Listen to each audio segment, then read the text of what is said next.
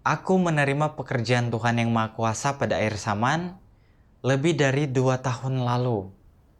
Sejujurnya, aku mendapatkan lebih banyak daripada yang kudapatkan selama lebih dari 10 tahun menjadi orang percaya dalam komunitas keagamaan. Aku tidak lagi percaya kepada Tuhan yang samar dalam imajinasiku seperti dahulu, tetapi percaya kepada Tuhan yang nyata dalam daging, yang berjalan dan bekerja di antara umat manusia, dan yang dapat mengungkapkan kebenaran kapanpun dan dimanapun. Aku telah mendengar suara Tuhan dan menikmati makanan dari firman-Nya. Aku benar-benar telah datang ke sisi Tuhan.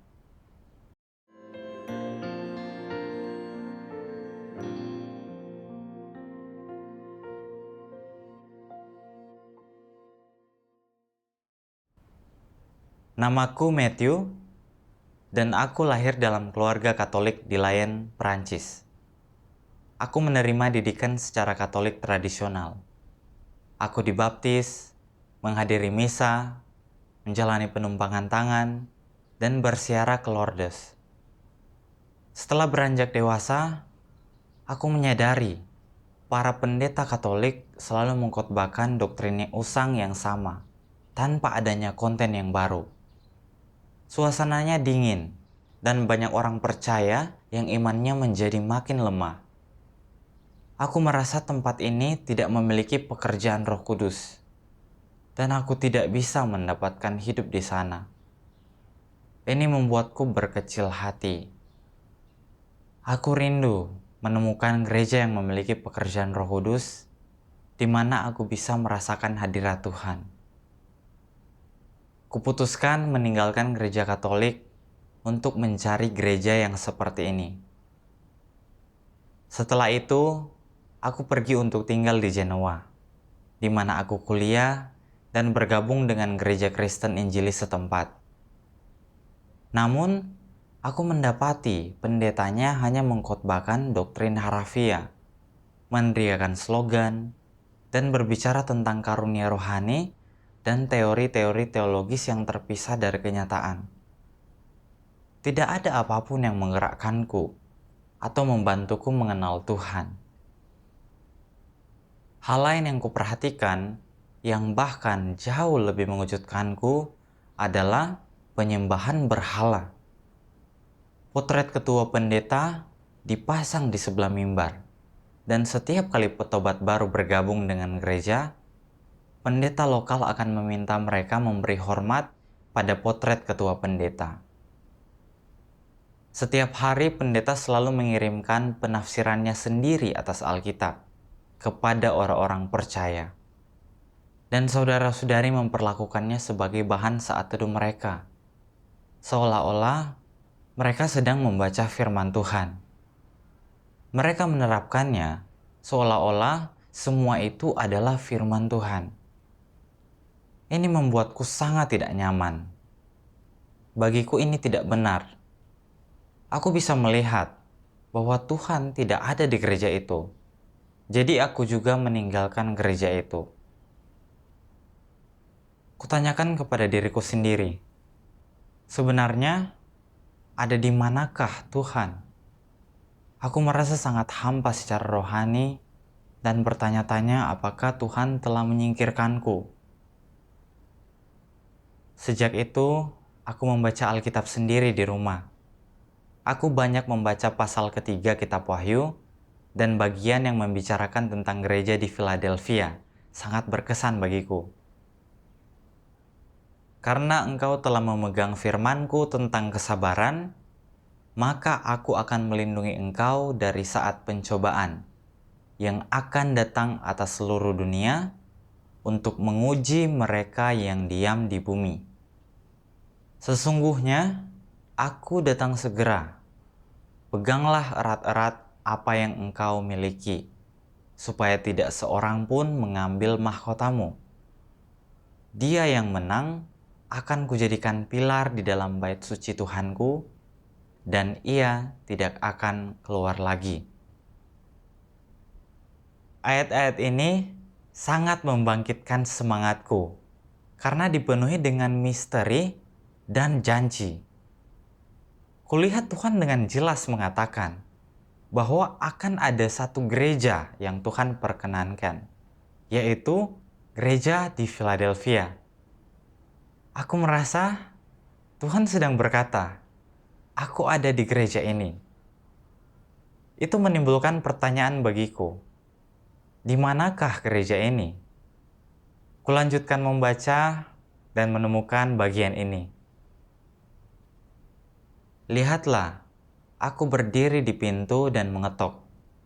Kalau ada orang yang mendengar suaraku dan membuka pintu itu, aku akan datang masuk kepadanya dan bersantap dengannya, dia bersamaku.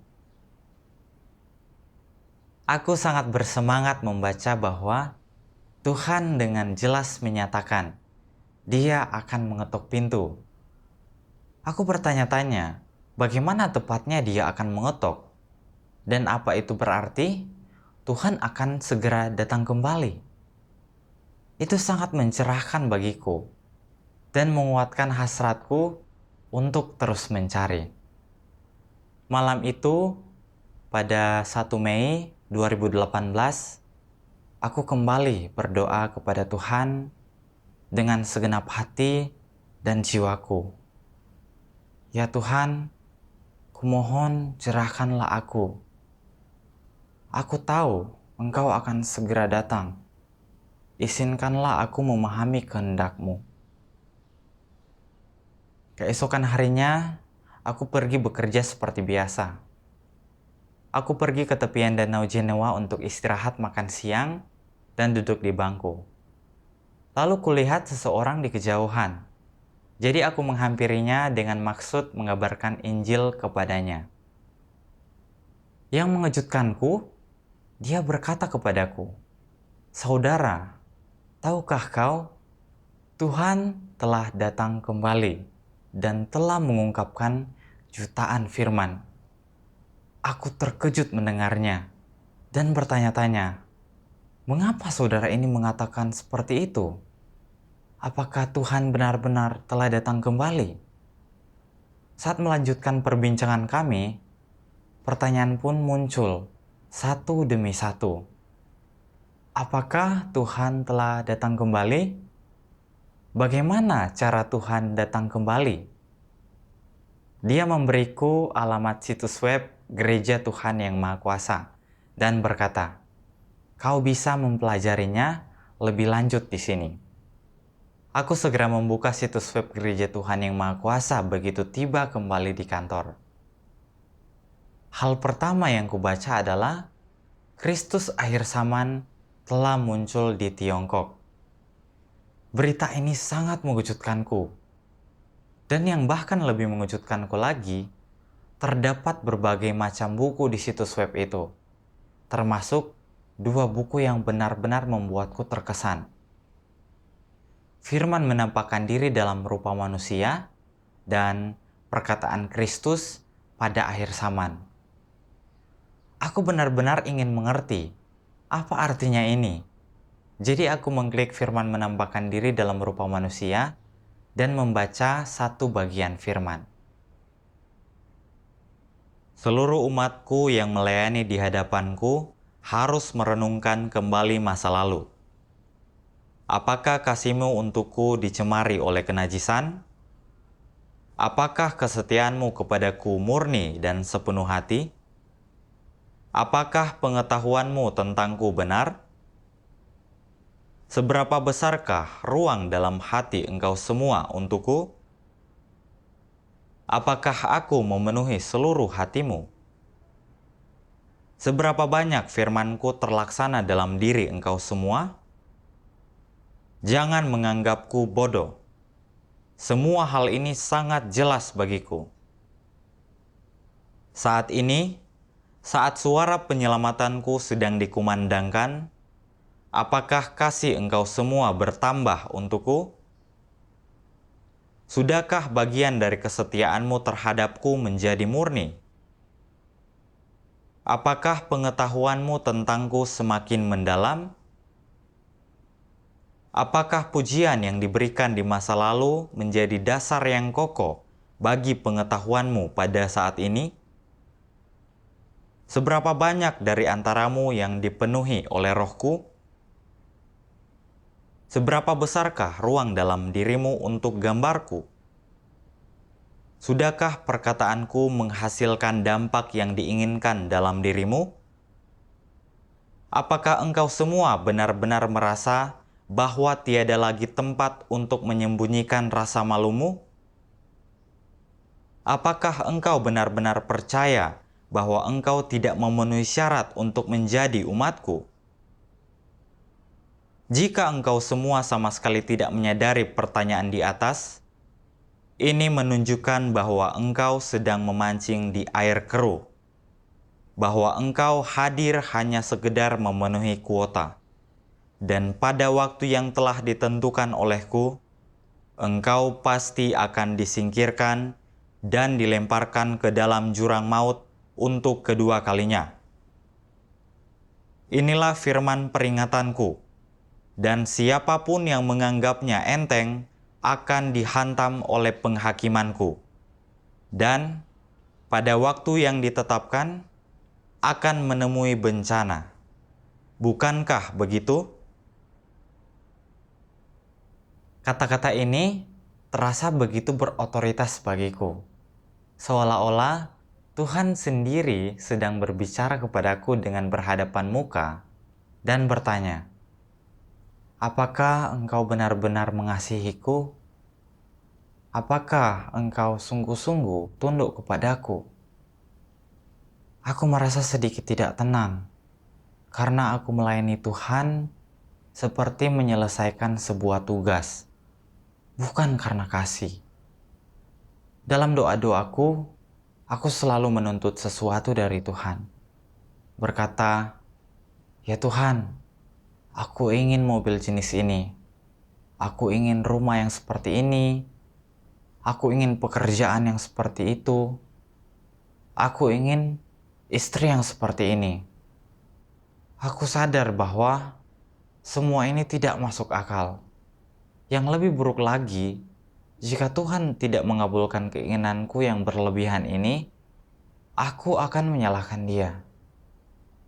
Aku benar-benar malu diperhadapkan dengan penyingkapan ini, sampai-sampai ingin mencari tempat untuk bersembunyi, seperti anak kecil yang bersembunyi setelah dimarahi orang tuanya karena berperilaku buruk. Namun, aku juga sangat bahagia karena merasa Tuhan sedang berbicara kepadaku dengan berhadapan muka. Aku merasa inilah suara Tuhan, karena hanya Tuhan yang bisa melihat ke dalam hati manusia. Perkataan ini mengungkapkan diriku yang sebenarnya, membuatku tak mampu berkata-kata. Rasanya tak tahan untuk terus membaca. Aku membaca cukup banyak bagian firman Tuhan. Aku ingat satu di antaranya yang sangat berkesan bagiku. Aku mengawasi segala sesuatu dari tempat yang tinggi dan menjalankan kekuasaanku atas segala sesuatu dari tempat yang tinggi. Dengan cara yang sama, aku telah mengirimkan penyelamatanku atas bumi. Tak pernah sesaat pun aku tidak memperhatikan dari tempat rahasiaku setiap gerakan manusia dan segala sesuatu yang mereka katakan dan lakukan. Bagiku, manusia adalah sebuah kitab yang terbuka. Aku melihat dan mengenal mereka semua satu persatu. Tempat rahasia adalah tempat kediamanku, dan cakrawala adalah tempat pembaringanku. Kekuatan iblis tidak dapat menjangkauku, karena aku dilingkupi oleh kemegahan, kebenaran, dan penghakiman. Aku merasa perkataan ini penuh dengan otoritas Tuhan. Siapa selain Tuhan yang bisa melihat ke dalam hati kita? Siapa selain Tuhan yang bisa berbicara langsung kepada kita dengan kuasa dan otoritas seperti itu? Tuhan menciptakan manusia, dan hanya Tuhan yang bisa melihat hal-hal yang kita kuburkan jauh di dalam hati kita. Aku merasa yakin ini adalah firman Tuhan dan merasa sangat bersemangat. Itu adalah perasaan yang belum pernah kurasakan sebelumnya. Aku membaca banyak hari itu dan pulang 3 jam lebih lambat daripada biasanya. Aku merasa perkataan-perkataan ini benar-benar istimewa. Dalam perjalanan pulang, aku berulang kali mengatakan, "Tuhan, aku benar-benar bersyukur kepadamu. Aku telah melihat penampakan-Mu. Aku telah mengenali suara-Mu. Dan aku tahu Engkau telah datang kembali. Aku telah menyaksikan otoritas-Mu. Segala kemuliaan bagi-Mu." Aku sangat bersemangat. Aku teringat doaku kepada Tuhan malam sebelumnya, memohon agar Dia membantuku memahami kehendak-Nya dalam kedatangannya kembali. Aku sadar Tuhan telah mendengar dan menjawab doaku. Itu sesuatu yang benar-benar luar biasa. Namun, pada saat yang sama, aku juga diliputi pertanyaan seperti, bagaimana cara Dia datang? Pekerjaan apa yang Dia lakukan? Untuk mendapatkan jawaban atas pertanyaan-pertanyaan ini, aku menghubungi saudara-saudari dari Gereja Tuhan Yang Maha Kuasa. Lalu mereka memberitahuku bahwa Tuhan telah menjadi daging sebagai anak manusia dan bahwa Dia datang secara diam-diam. Mereka mengatakan kepadaku bahwa Dia mengungkapkan kebenaran dan sedang melakukan pekerjaan baru. Itu adalah penghakiman pada akhir zaman yang dimulai di rumah Tuhan seperti yang dinubuatkan dalam Alkitab, yaitu untuk sepenuhnya mentahirkan dan menyelamatkan manusia. Mereka juga menyampaikan persekutuan yang benar-benar mencerahkan tentang beberapa ayat Alkitab seperti Wahyu 16 ayat 15. Lihatlah, aku datang bagaikan pencuri. Ada juga Matius 24 ayat 44. Karena itu, hendaklah engkau berjaga-jaga, sebab Anak Manusia akan datang pada waktu yang tidak engkau duga. Anak Manusia jelas tidak mengacu kepada roh Tuhan atau tubuh spiritualnya, tetapi mengacu pada dilahirkan dari manusia yang memiliki kemanusiaan normal dan esensi Tuhan. Itu seperti Tuhan Yesus 2000 tahun yang lalu. Dia tampak seperti orang biasa, tetapi pada dasarnya Dia adalah Tuhan. Setelah itu, mereka juga mempersekutukan Wahyu 3 ayat 20 yang menyebutkan Tuhan mengetok pintu. Aku pun mengerti bahwa mengetok mengacu pada Tuhan yang mengungkapkan firman baru pada akhir zaman untuk mengetok pintu hati orang-orang. Saat orang percaya sejati mendengar firman Tuhan, mereka mampu mengenalinya sebagai suara Tuhan. Dan mereka adalah gadis-gadis bijaksana yang diangkat ke hadapan Tuhan dan yang menyambut kedatangan Tuhan kembali. Ini juga menggenapi nubuat Tuhan Yesus. Domba-dombaku mendengarkan suaraku, dan aku mengenal mereka, dan mereka mengikut aku. Kupikir itu luar biasa. Aku memikirkan bahwa ini adalah kedua kalinya Tuhan datang untuk bekerja di bumi dalam rupa manusia. Dan itu pada saat aku hidup di dunia, menghirup udara yang sama, dan Dia terlihat seperti orang biasa. Aku sungguh kagum. Ini luar biasa. Karena aku selalu berpikir seharusnya Tuhan ada di langit. Dan aku tak pernah membayangkan bahwa pada akhir zaman Tuhan akan datang ke bumi dalam rupa manusia untuk berfirman dan bekerja. Lalu saudara-saudari membacakan beberapa bagian firman Tuhan tentang inkarnasi Tuhan. Inkarnasi adalah penampakan Tuhan dalam daging.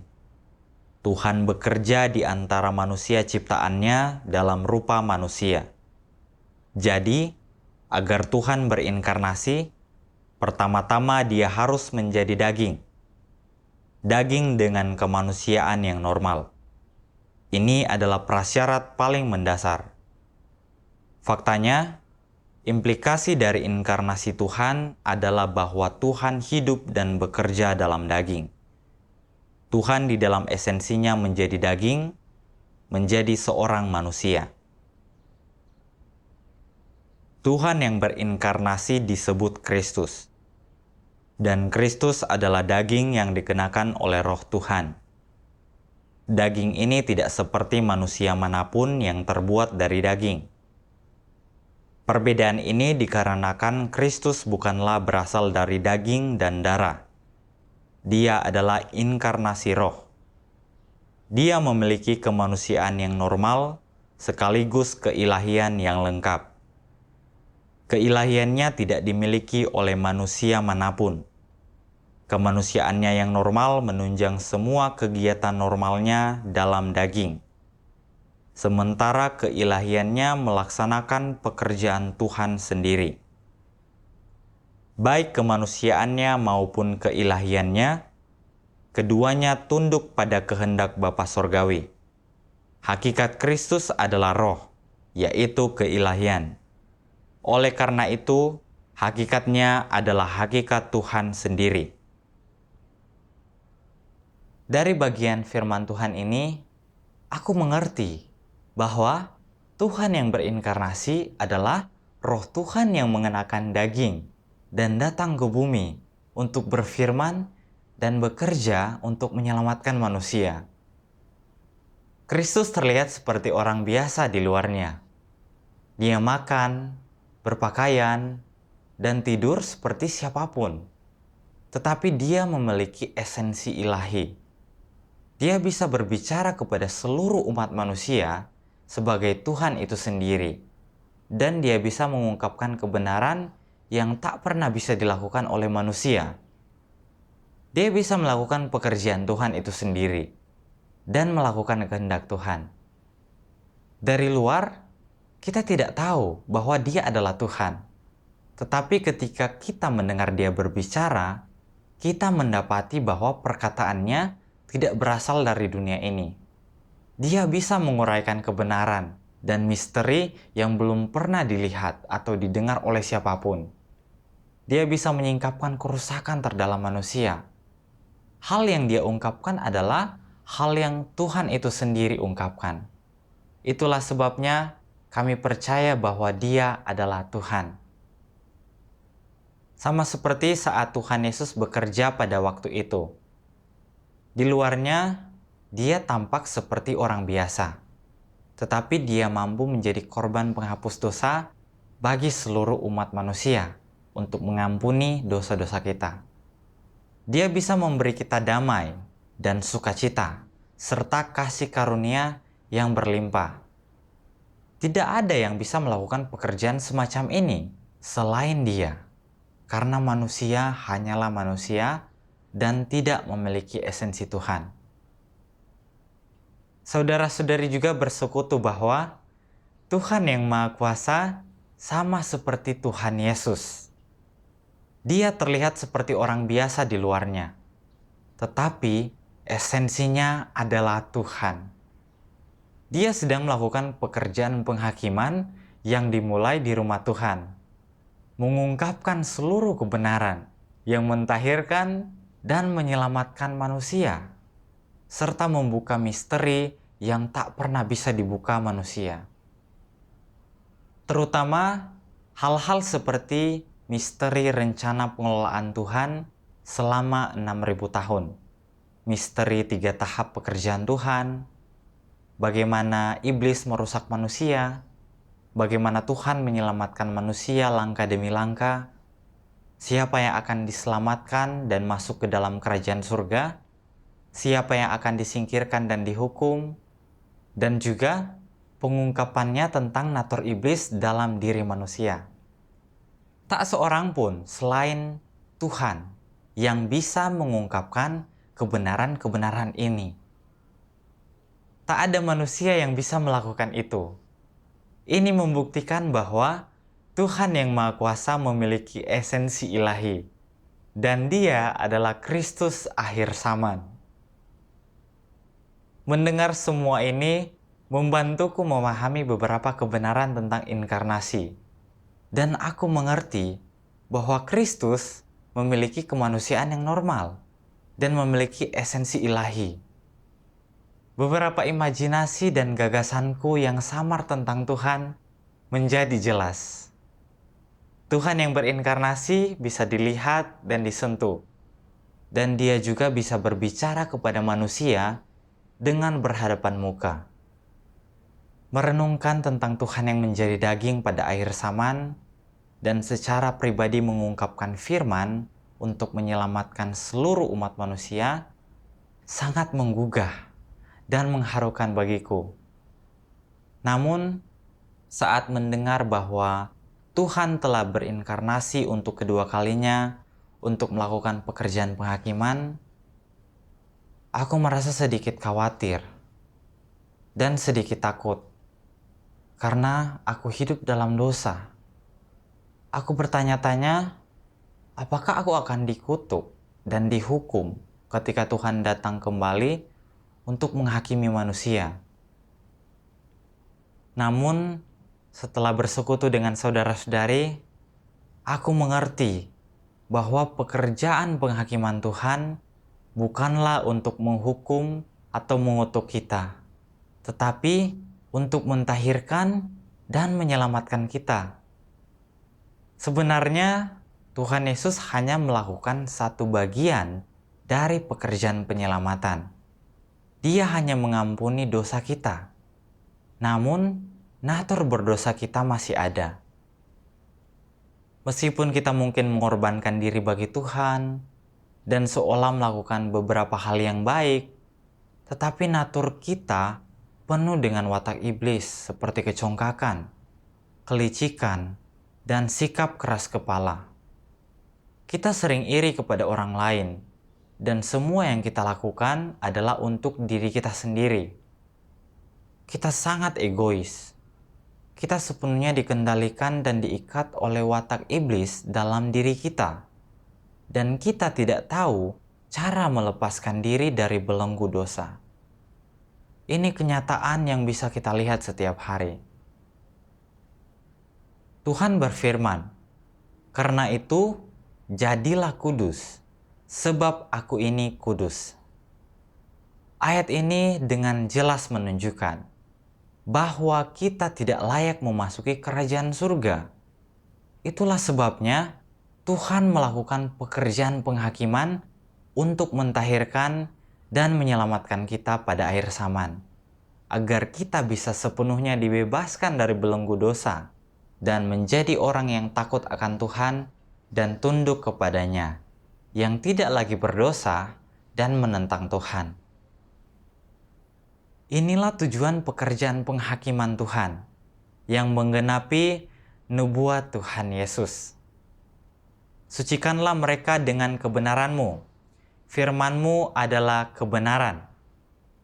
Kau akan mengetahui kebenaran, dan kebenaran itu akan membebaskanmu. Kemudian kami membaca beberapa bagian lain. Firman Tuhan berkata, "Meskipun Yesus melakukan banyak pekerjaan di antara manusia, Dia hanya menyelesaikan penebusan seluruh umat manusia dan menjadi korban penghapus dosa manusia. Dia tidak membebaskan manusia dari wataknya yang rusak. Menyelamatkan manusia sepenuhnya dari pengaruh iblis tidak hanya membuat Yesus harus menjadi korban penghapus dosa dan menanggung dosa manusia, tetapi juga membuat Tuhan harus melakukan pekerjaan yang jauh lebih besar untuk membebaskan manusia sepenuhnya dari wataknya yang telah dirusak oleh iblis. Jadi, Sekarang setelah manusia diampuni dari dosa-dosanya, Tuhan telah datang kembali menjadi daging untuk membawa manusia memasuki zaman yang baru dan memulai pekerjaan, hajaran, dan penghakiman. Pekerjaan ini telah membawa manusia ke dalam alam yang lebih tinggi. Semua orang yang tunduk di bawah kekuasaannya akan menikmati kebenaran yang lebih tinggi dan menerima berkat yang lebih besar. Mereka akan benar-benar hidup dalam terang, dan mereka akan mendapatkan jalan, kebenaran, dan hidup. Kristus akhir zaman menggunakan berbagai kebenaran untuk mengajar manusia, mengungkapkan esensi manusia, dan membedah perkataan dan perbuatan manusia. Firman ini terdiri dari berbagai kebenaran, seperti tugas-tugas manusia, bagaimana manusia seharusnya menaati Tuhan, bagaimana seharusnya manusia setia kepada Tuhan, bagaimana manusia seharusnya hidup dalam kemanusiaan yang normal, serta hikmat dan watak Tuhan, dan sebagainya. Firman ini semuanya ditujukan pada esensi manusia dan wataknya yang rusak. Secara khusus, firman yang mengungkapkan bagaimana manusia menolak Tuhan diucapkan berkaitan dengan bagaimana manusia merupakan perwujudan iblis dan kekuatan musuh yang melawan Tuhan. Dalam melaksanakan pekerjaan penghakimannya, Tuhan tidak hanya menjelaskan natur manusia dengan beberapa kata. Dia menyingkapkan, menangani, dan memangkasnya dalam jangka panjang. Semua cara-cara penyingkapan, penanganan, dan pemangkasan yang beragam ini tidak bisa digantikan dengan perkataan biasa, tetapi dengan kebenaran yang sama sekali tidak dimiliki manusia. Hanya cara-cara seperti inilah yang dapat disebut penghakiman. Hanya melalui penghakiman jenis inilah manusia bisa ditundukkan dan diyakinkan sepenuhnya tentang Tuhan, dan bahkan memperoleh pengenalan yang sejati akan Tuhan. Yang dihasilkan oleh pekerjaan penghakiman adalah pemahaman manusia tentang wajah Tuhan yang sejati, dan kebenaran tentang pemberontakannya sendiri. Pekerjaan penghakiman memungkinkan manusia untuk mendapatkan banyak pemahaman akan kehendak Tuhan, tujuan pekerjaan Tuhan, dan misteri-misteri yang tidak dapat dipahami olehnya. Pekerjaan ini juga memungkinkan manusia untuk mengenali dan mengetahui hakikatnya yang rusak dan akar penyebab dari kerusakannya, dan juga mengungkapkan keburukan manusia. Semua efek ini dihasilkan oleh pekerjaan penghakiman, karena hakikat pekerjaan ini sebenarnya adalah pekerjaan membukakan jalan, kebenaran, dan hidup Tuhan kepada semua orang yang beriman kepadanya. Pekerjaan ini adalah pekerjaan penghakiman yang dilakukan oleh Tuhan. Lalu seorang saudara bersekutu. Pada akhir zaman, Tuhan yang Maha Kuasa mengungkapkan kebenaran untuk menghakimi dan memurnikan manusia. Firman Tuhan menyingkapkan dan menghakimi natur iblis dalam diri kita dan fakta sebenarnya mengenai kerusakan kita, menyelesaikan watak rusak dan natur berdosa kita melalui ujian dan pemurnian agar kita melihat dengan jelas seberapa dalam iblis telah merusak manusia dan menyadari kecongkakan, kelicikan, dan kecurangan dalam natur kita. Yang paling menyedihkan adalah kita bisa melihat bahwa meskipun kita mungkin percaya kepada Tuhan, mengorbankan diri untuknya, dan seolah-olah melakukan perbuatan baik, hal-hal ini kita lakukan bukan karena kita mengasihi Tuhan atau tunduk kepadanya. Semua ini dilakukan agar kita diberkati dan diberi upah. Dan dilakukan hanya untuk bertransaksi dengan Tuhan.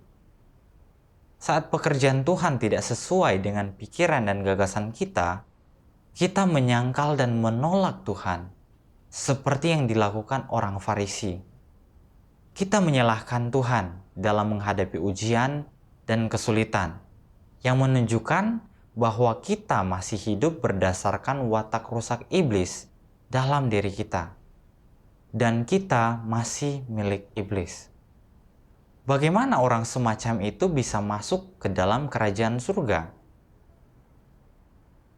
Penghakiman dan penyingkapan dalam firman Tuhanlah yang membuat kita melihat yang sebenarnya tentang kerusakan kita, bahwa kita tak mampu mengikuti kehendak Tuhan. Dan tak satu pun perbuatan atau tindakan kita yang memuaskan Dia. Kita kemudian dipenuhi penyesalan dan pertobatan kepada Tuhan, dan menjadi rela untuk bertindak sesuai dengan firman Tuhan. Dengan menjalani penghakiman dan hajaran Tuhan, kita mengerti bahwa watak Tuhan tidak hanya terdiri dari kasih dan belas kasihan, tetapi juga terdiri dari kebenaran, kemegahan, murka, dan kutukan. Kita mulai takut akan Tuhan dan menjadi mampu untuk secara sadar meninggalkan daging dan menerapkan firman Tuhan. Kita mengembangkan ketaatan kepada Tuhan, dan watak hidup kita mulai berubah. Lalu, kita benar-benar mengalami bahwa penghakiman, hajaran, ujian, dan pemurnian oleh Tuhan adalah keselamatan dan kasih terbesarnya bagi kita. Setelah mendengar hal ini dari saudara itu, aku bisa merasakan betapa dalamnya pekerjaan penghakiman Tuhan pada akhir zaman. Tanpa mengalami penghakiman Tuhan pada akhir zaman, kita tak akan pernah memahami yang sebenarnya tentang kerusakan kita atau mengalami pertobatan sejati. Seperti halnya diriku, aku berdoa dan mengaku dosa kepada Tuhan setiap hari. Lalu dengan sengaja melakukan lagi dosa yang sama. Aku sepenuhnya dikendalikan oleh natur rusakku. Dan dalam keadaan seperti ini, bagaimana mungkin aku bisa masuk ke dalam kerajaan surga dan mendapatkan perkenanan Tuhan? Sebelumnya, aku selalu berpikir, asalkan aku terlihat berperilaku baik, Tuhan pasti berkenan akan diriku. Namun kini aku sadar bahwa Tuhan ingin hal-hal jahat dalam diri kita berubah. Saat itulah aku sadar betapa pentingnya pekerjaan penghakiman bagi kita. Bahwa tanpa pekerjaan ini, tak seorang pun bisa diselamatkan. Tuhan mengungkapkan kebenaran dan melakukan pekerjaan penghakiman pada akhir zaman untuk mentahirkan watak rusak kita agar kita bisa sesuai dengan Tuhan dan masuk ke dalam kerajaan-Nya. Kasih Tuhan begitu tulus, begitu nyata. Dengan membaca firman Tuhan yang Maha Kuasa, aku menjadi sepenuhnya yakin bahwa Tuhan yang Maha Kuasa adalah Tuhan Yesus yang kembali. Dia adalah Kristus akhir zaman. Tidak ada sedikit pun keraguan. Sejak saat itu, aku berpartisipasi dalam kehidupan bergereja bersama saudara-saudari setiap hari. Dan aku belajar untuk mengenal Tuhan. Aku tidak lagi percaya kepada Tuhan yang samar dalam imajinasiku seperti dahulu, tetapi percaya kepada Tuhan yang nyata dalam daging, yang berjalan dan bekerja di antara umat manusia yang dapat mengungkapkan kebenaran kapanpun dan dimanapun. Aku telah mendengar suara Tuhan dan menikmati penyiraman dan makanan rohani yang berlimpah dari firman-Nya, serta merasakan pekerjaan Roh Kudus. Aku sudah benar-benar datang ke sisi Tuhan. Syukur kepada Tuhan yang Maha Kuasa atas keselamatannya. Ini adalah berkat terbesar bagiku.